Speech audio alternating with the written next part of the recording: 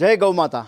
આજરોજ અમારી team Rajkot Jamnagar highway પર હનુમાનધારા પાસે સંતોષી ગૌશાળા આવેલી છે, એની મુલાકાતે આવેલી છે। વર્ષોથી આ મહારાજ એકલે હાથે જંગલ વિસ્તારમાં આ બધી ગૌમાતાનું શ્રેષ્ઠ રીતે સંચાલન કરી રહ્યા છે। 75 જેટલી ગૌમાતા અત્યારે બિરાજમાન છે। મિત્રો, 33 કરોડ દેવતાનો જેમાં વાસ છે।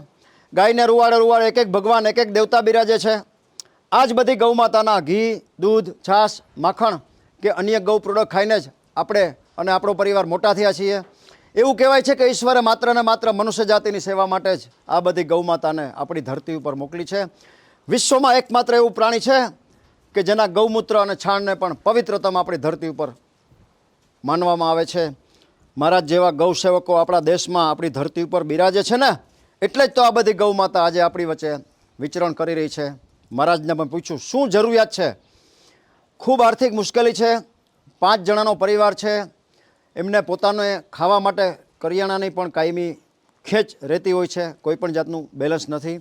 આ પરિવાર માટે, ગૌસેવક પરિવાર માટે દર મહિને 7,000 રૂપિયાના કરિયાણાની જરૂર છે।